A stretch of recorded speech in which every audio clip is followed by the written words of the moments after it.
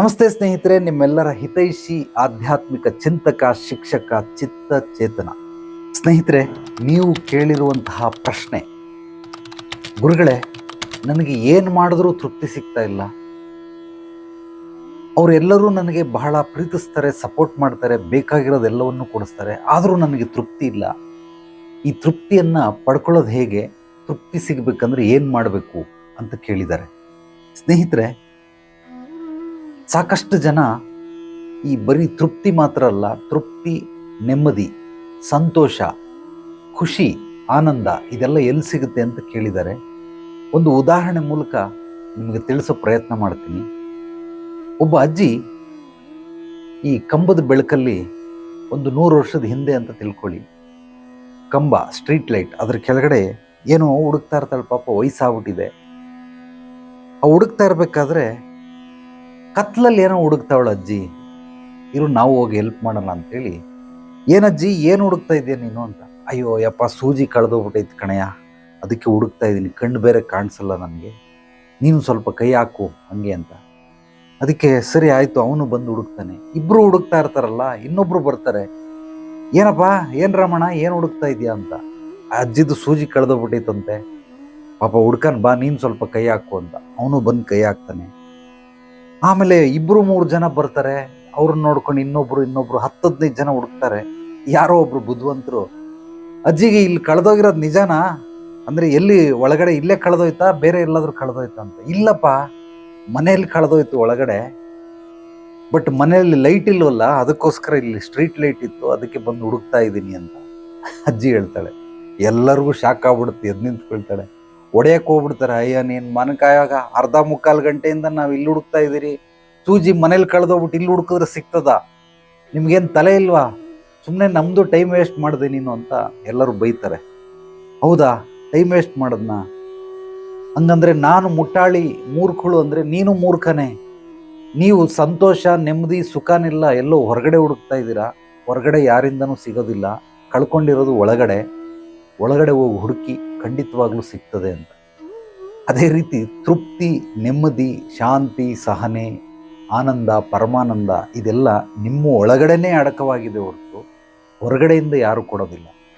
ಹೊರಗಡೆಯಿಂದ ನೀವು ಏನೇನನ್ನ ತೃಪ್ತಿ ಅಂತ ಅನ್ಕೊಂಡಿದ್ದೀರೋ, ನೆಮ್ಮದಿ ಅಂತ ಅನ್ಕೊಂಡಿದ್ದೀರೋ, ಇದೆಲ್ಲವೂ ಕೂಡ ತಾತ್ಕಾಲಿಕ, ಕ್ಷಣಿಕ ಸುಖ, ಅಥವಾ ನಿಮಿಷದ ಸುಖ, ಇಲ್ಲ 1 ಗಂಟೆಯ ಸುಖ, ಇಲ್ಲ 1 ದಿನದ ಸುಖ, 1 ವಾರ, 1 ವರ್ಷದ ಸುಖ ಅಷ್ಟೇ. ಮ್ಯಾಕ್ಸಿಮಮ್ 1 ವರ್ಷ ನೀವು ಸುಖವಾಗಿರ್ಬೋದು.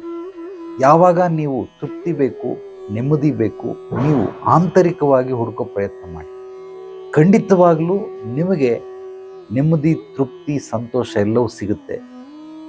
ಮೂಲವಾಗಿ ನೀವು ಧ್ಯಾನ ಮಾಡೋದನ್ನು ಕಲ್ತ್ಕೊಳ್ಳಿ. ಹೊರಗಡೆ ಜಗತ್ತಿನ ವಸ್ತುಗಳನ್ನು, ವ್ಯಕ್ತಿಗಳನ್ನು, ವಿಚಾರಗಳನ್ನು ಅಧ್ಯಯನ ಮಾಡೋದು ಬೇಕಾಗಿಲ್ಲ. ನಿಮ್ಮನ್ನು ನೀವು ಅಧ್ಯಯನ ಮಾಡ್ಕೊಳ್ಳಿ. ಡೆಫಿನೆಟ್ಲಿ ನಿಮಗೆ ತೃಪ್ತಿ, ನೆಮ್ಮದಿ, ಶಾಂತಿ ಸಿಕ್ಕೇ ಸಿಗುತ್ತೆ. ಆದರೂ ನಿಮಗೆ ಸಿಕ್ಕಲಿಲ್ಲ ಅಂತಂದರೆ, ಅಥವಾ ಆ ರೀತಿ ಸಿಗಬೇಕು ಅಂದರೆ ಏನು ಮಾಡಬೇಕು ಅಂದರೆ, ಆತ್ಮ ಸಮೃದ್ಧಿ ಯೋಗನ ಕಲ್ತ್ಕೊಳ್ಳಿ.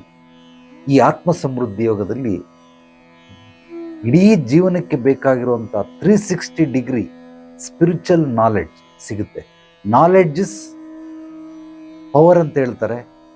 ನೋ, ಇರಬಹುದು, ಆದರೆ ನಾನು ಹೇಳ್ತೀನಿ ನಾಲೆಡ್ಜ್ ಇಸ್ ವೆಲ್ತ್ ಅಂತ.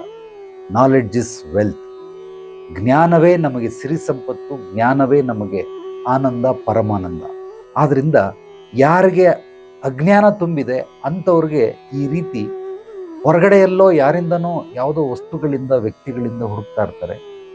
ಅದನ್ನೆಲ್ಲ ಹುಡುಕೋ ಪ್ರಯತ್ನ ಮಾಡಬೇಡಿ. ಆತ್ಮ ಸಮೃದ್ಧಿ ಯೋಗವನ್ನು ಕಲ್ತ್ಕೊಳ್ಳಿ, ತಿಳ್ಕೊಳ್ಳಿ. ಡೆಫಿನೆಟ್ಲಿ ಅದರಿಂದ ಎಕ್ಸ್ಟ್ರಾರ್ಡಿನರಿ ನಿಮ್ಮ ಬದುಕನ್ನು ಬದಲಾವಣೆ ಮಾತ್ರವಲ್ಲದೆ ಪರಿವರ್ತನೆಯೂ ಮಾಡ್ಕೊಳ್ಬಹುದು, ರೂಪಾಂತರಣವನ್ನು ಕೂಡ ಮಾಡ್ಕೊಳ್ಬಹುದು. ನೀವು ವ್ಯಕ್ತಿಯಿಂದ ವ್ಯಕ್ತಿತ್ವ ಆಗೋದಕ್ಕೆ, ಯಶಸ್ಸು, ಕೀರ್ತಿ ಗಳಿಸೋದಕ್ಕೆ, ಗುರಿ ಸಾಧನೆ ಮಾಡೋದಕ್ಕೆ ಈ ಒಂದು ಯೋಗ ಕ್ರಿಯೆ ಎಕ್ಸ್ಟ್ರಾರ್ಡಿನರಿ ಹೆಲ್ಪ್ ಮಾಡುತ್ತೆ.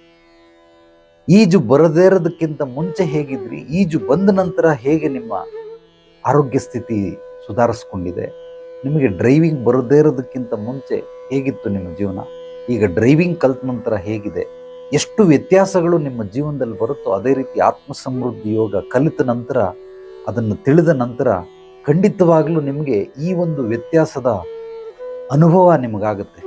ಆದ್ದರಿಂದ ಆತ್ಮ ಸಮೃದ್ಧಿ ಯೋಗಕ್ಕೆ ಬನ್ನಿ. ಜೀವನದ ಎಲ್ಲ ಆಯಾಮಗಳ ದರ್ಶನವನ್ನು ಮಾಡಿಸ್ತೀನಿ.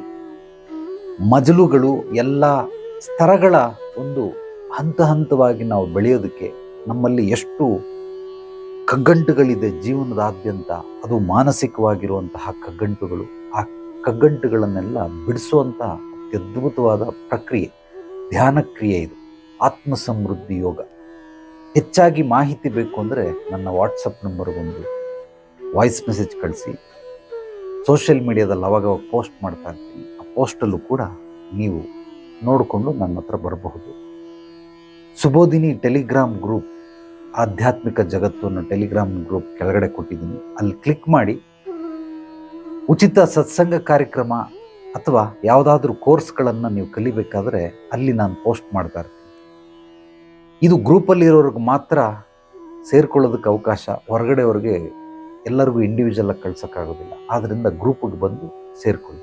ಯಾರಿಗೆ ಯಾವುದೇ ರೀತಿ ಸಮಸ್ಯೆಗಳಿರಲಿ, ತೊಂದರೆಗಳಿರಲಿ, ಕಷ್ಟಗಳಿರಲಿ, ಕುಂದುಕೊರತೆಗಳು, ಅಡೆತಡೆಗಳಿರಲಿ, ಅನಾರೋಗ್ಯ ದೈಹಿಕವಾಗಿ, ಮಾನಸಿಕವಾಗಿ, ಆತ್ಮಿಕವಾಗಿ, ಸೂಕ್ಷ್ಮವಾಗಿರಲಿ, ಸ್ಥೂಲವಾಗಿರಲಿ, ಎಲ್ಲ ರೀತಿ ಸಮಸ್ಯೆಗಳಿಗೆ ನಮ್ಮ ಆಧ್ಯಾತ್ಮಿಕ ಕೇಂದ್ರದಲ್ಲಿ ಪರಿಹಾರ ಸಿಗುತ್ತೆ.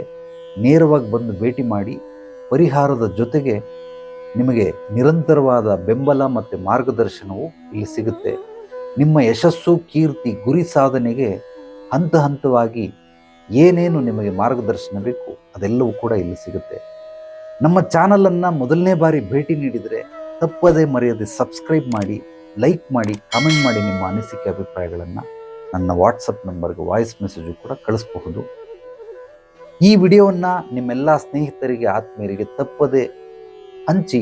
ಜ್ಞಾನ ಹಂಚೋದರಿಂದ ಬೆಳೆಯುತ್ತೆ. ಅತ್ಯದ್ಭುತವಾದ ಸತ್ವಭರಿತ ವಿಚಾರಗಳನ್ನು ದಿನನಿತ್ಯ ಸಂಜೆ 7 ಗಂಟೆಗೆ ಯೂಟ್ಯೂಬ್, ಫೇಸ್ಬುಕ್, ಇನ್ಸ್ಟಾಗ್ರಾಮ್ ಮತ್ತು ಟ್ವಿಟರ್ ಎಲ್ಲದರಲ್ಲೂ ಕೂಡ ನೀವು ನೋಡಬಹುದು. ಎಲ್ರಿಗೂ ಒಳ್ಳೆಯದಾಗಲಿ. ನಾಳೆ ಮತ್ತೆ ಭೇಟಿಯಾಗೋಣ ಮತ್ತಷ್ಟು ಸತ್ವಭರಿತ ವಿಚಾರಗಳೊಂದಿಗೆ. ಎಲ್ಲರೊಳಗಡಗಿರುವ ಭಗವಂತನಿಗೆ ನನ್ನ ಭಕ್ತಿಪೂರ್ವ ಪ್ರಣಾಮಗಳು. ಸರ್ವೇ ಜನೋ ಸುಖಿನೋ ಭವಂತು. ಶುಭರಾತ್ರಿ.